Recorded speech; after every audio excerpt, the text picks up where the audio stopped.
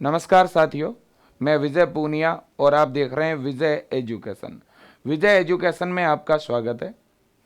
आज मैं आपको इन्फॉर्मेशन देने आया हूं बीपीटी कोर्स के बारे में।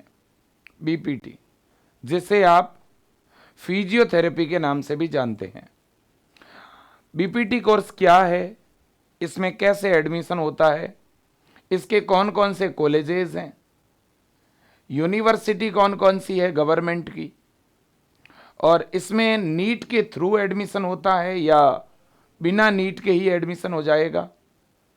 इसके अलावा इस फिजियोथेरेपी में बेस्ट कैरियर ऑप्शन कौन कौन से हैं, क्या इसमें कोई गवर्नमेंट जॉब निकलती है क्या, और इसके अलावा बच्चों फिजियोथेरेपी के बाद हम क्या कर सकते हैं। फिजियोथेरेपी में एडमिशन के लिए जो एंट्रेंस एग्जाम लगता है उसका पेपर पैटर्न और सिलेबस क्या रहता है, मैं इस पे आपको जानकारी देने वाला हूं। सबसे पहले बच्चों हम बात करते हैं कि ये कोर्स है क्या। बीपीटी, जिसे हम बैचलर ऑफ फिजियोथेरेपी कहते हैं। बच्चों ये एक यूजी कोर्स है, यानी आप कह सकते हैं ये एक डिग्री कोर्स है। बीपीटी कोर्स कौन कर सकता है, तो बीपीटी कोर्स करने के लिए एलिजिबिलिटी क्राइटेरिया है 12th बायो। आपके 12th में बच्चों फिजिक्स, केमिस्ट्री, बायोलॉजी ये 3 सब्जेक्ट होने कंपलसरी हैं। दूसरा पॉइंट है कोर्स ड्यूरेशन। बच्चों ये डिग्री कोर्स है तो 4 ईयर का ये कोर्स है और 6 मंथ की इसमें इंटर्नशिप है, तो 4.5 ईयर। या आप ये भी कह सकते हो कि ये कोर्स लगभग आपका 5 ईयर में कंप्लीट होता है। ओके, बिल्कुल जी। अब इसके बाद नेक्स्ट पॉइंट है एज लिमिट। एडमिशन के लिए बच्चों जो एज लिमिट है वो 17 से लेकर के 35 तक है। अब इसके बाद है एडमिशन प्रोसेस। बच्चों अगर आप फिजियोथेरेपी के टॉप कॉलेज में एडमिशन लेना चाहते हैं, बेस्ट गवर्नमेंट कॉलेज में एडमिशन लेना चाहते हैं, तो फिर आपको एक एंट्रेंस एग्जाम दे करके ही एडमिशन लेना पड़ेगा।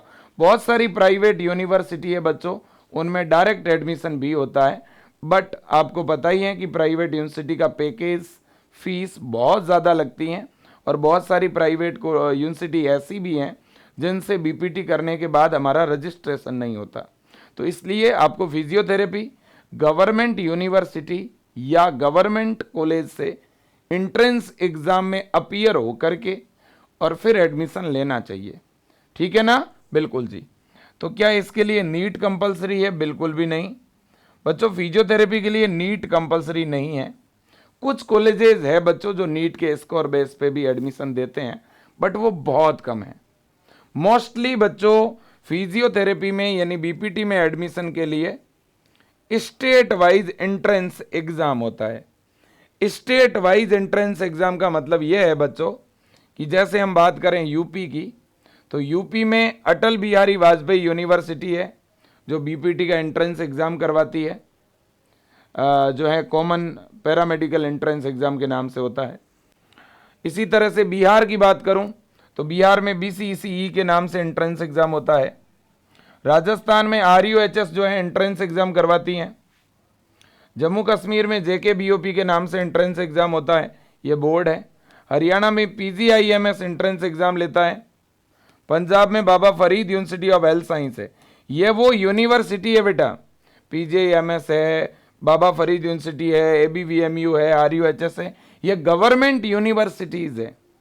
और इन यूनिवर्सिटी से मान्यता प्राप्त जो कॉलेज हैं आपको उनसे ही बीएससी नर्सिंग करनी चाहिए।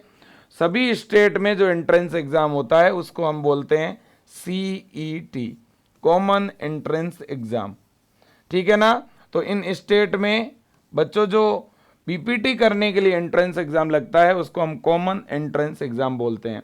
अब इस सीईटी के अलग अलग नाम है बेटा, है ना। कुछ स्टेट में इसको सीपीईटी बोलते हैं, कुछ स्टेट में केसीईटी, कर्नाटक सीईटी, आरसीईटी, एमसीईटी, ऐसे अलग अलग नाम हो सकते हैं। कुछ प्राइवेट यूनिवर्सिटी है बेटा जो सीयूईटी के थ्रू भी फिजियोथेरेपी करवाती हैं। ठीक है, बिल्कुल जी। बट मोस्टली फिजियोथेरेपी में एडमिशन के लिए अलग से एंट्रेंस एग्जाम ही होता है, स्टेट वाइज एंट्रेंस एग्जाम होता है। ओके, अब बच्चों हम बात करेंगे कि भाई अगर फिजियोथेरेपी में एडमिशन के लिए एंट्रेंस एग्जाम होगा तो उस एंट्रेंस एग्जाम का पेपर पैटर्न क्या रहेगा। तो बच्चों पेपर पैटर्न में फिजिक्स, केमिस्ट्री और बायोलॉजी इन तीनों सब्जेक्ट से क्वेश्चन आते हैं। कुछ ऐसे स्टेट है बेटा जहां पर 50-50-50 क्वेश्चन आते हैं, कुछ स्टेट में 100-100-100 क्वेश्चन आते हैं और कुछ स्टेट में 33-33-34 क्वेश्चन आते हैं। तो इस तरह से पेपर का जो पैटर्न है बेटा उसमें अलग अलग स्टेट में नंबर ऑफ क्वेश्चन जो है बेटा वो अलग अलग हो सकते हैं। ठीक है, बिल्कुल जी। अब हम बात करते हैं सिलेबस की। फिजियोथेरेपी करने के लिए बच्चों जो एंट्रेंस एग्जाम लगेगा इसका सिलेबस रहता है 11th प्लस 12th। 11th और 12th के फिजिक्स, केमिस्ट्री और बायो से क्वेश्चन पूछे जाते हैं।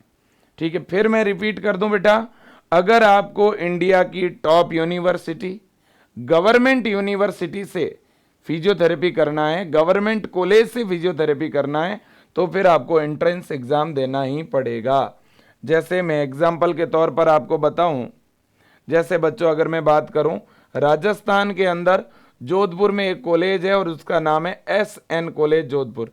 इसमें फिजियोथेरेपी कोर्स करवाया जाता है, बट इसके लिए आपको RUHS यूनिवर्सिटी का एंट्रेंस एग्जाम देना पड़ेगा।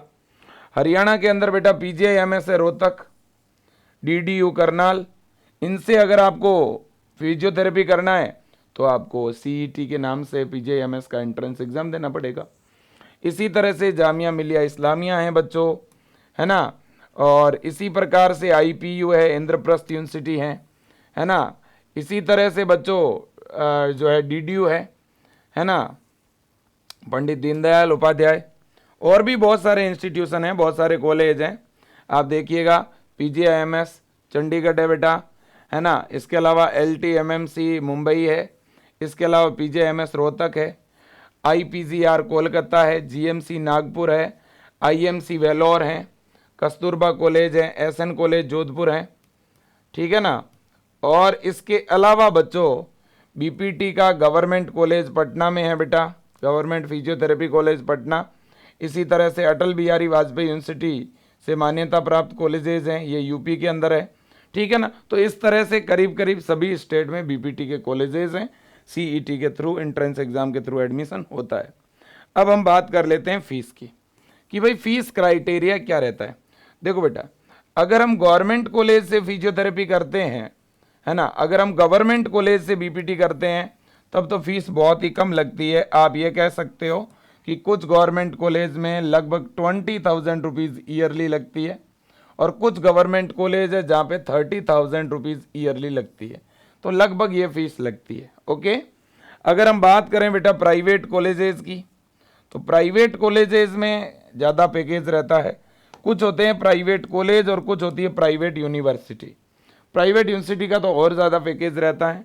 फिर भी आप कह सकते हैं कि मिनिमम 1 लाख पर ईयर, ये तो आपका प्राइवेट कॉलेजेस का जो है फीस स्ट्रक्चर आपका रहेगा।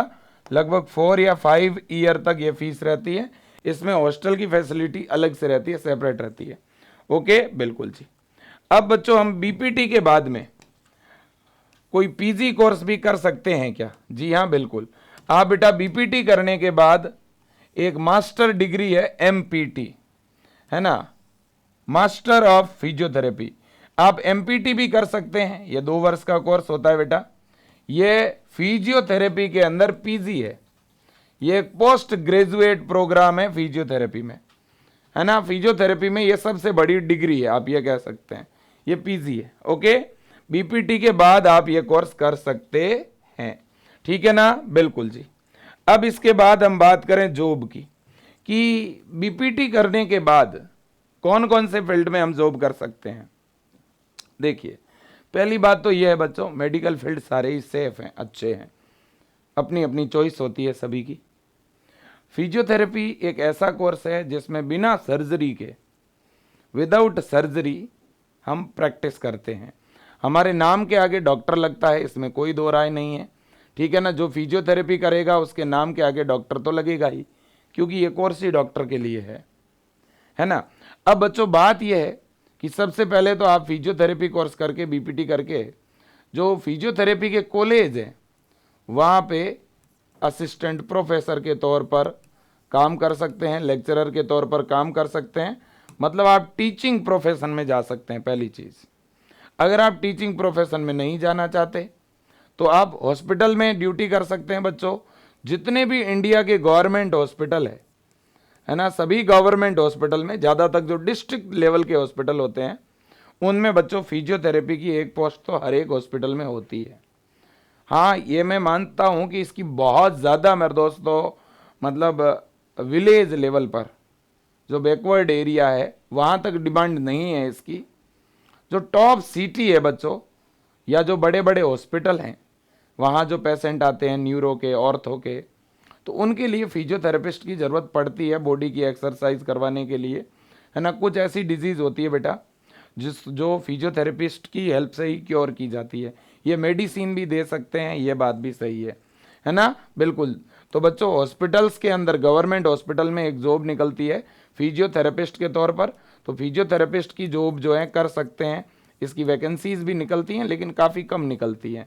इसके अलावा प्राइवेट हॉस्पिटल्स में जॉब निकलती है, मिलिट्री हॉस्पिटल जो है गवर्नमेंट के उनमें जॉब निकलती है, रेलवे के हॉस्पिटल में बच्चों जॉब निकलती हैं, ठीक है कि नहीं है, बिल्कुल जी।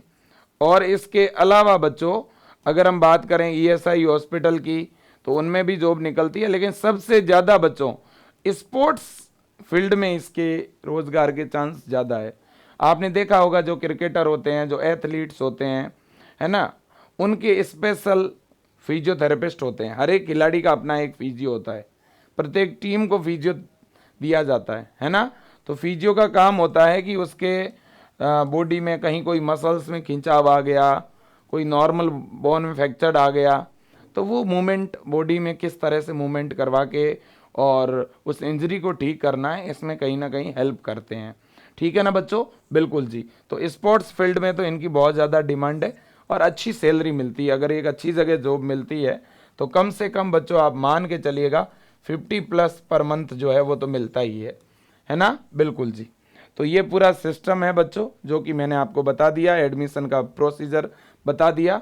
और बस मेरा जाते जाते सुझाव यही है कि अगर आप फिजियोथेरेपिस्ट बनना चाहते हैं तो आप प्रयास करें कि आप प्रत्येक स्टेट के अंदर बेटा गवर्नमेंट कॉलेज होता है, आप अपने अपने स्टेट के जो टॉप गवर्नमेंट कॉलेज है उसी से फिजियोथेरेपी करें तो ज़्यादा सही रहेगा, ठीक है ना, बिल्कुल जी। आप इस पर और ज़्यादा जानकारी लेना चाहते हैं तो विजय टीम से कांटेक्ट कर सकते हैं या नीचे कमेंट बॉक्स में जानकारी दे सकते हैं। मैं निवेदन करूंगा अगर आप एंट्रेंस एग्जाम की प्रिपरेशन करना चाहते हैं तो विजय एजुकेशन ऐप डाउनलोड करके फिजियोथेरेपी के लिए हमारा ऑनलाइन बैच भी चल रहा है, अलग अलग स्टेट के लिए आप उस बैच को भी बाय कर सकते हैं और ऑनलाइन प्रिपरेशन करके टॉप गवर्नमेंट कॉलेज से फिजियोथेरेपी कर सकते हैं। इस वीडियो को, अगर इस इन्फॉर्मेशन को आपके लिए कहीं ना कहीं आपको यूज़फुल लगी है तो आप ज़्यादा से ज़्यादा इस इन्फॉर्मेशन को शेयर करें। आज के लिए इतना ही, फिर मिलते हैं किसी नई इन्फॉर्मेशन के साथ, तब तक के लिए जय हिंद और वंदे मातरम।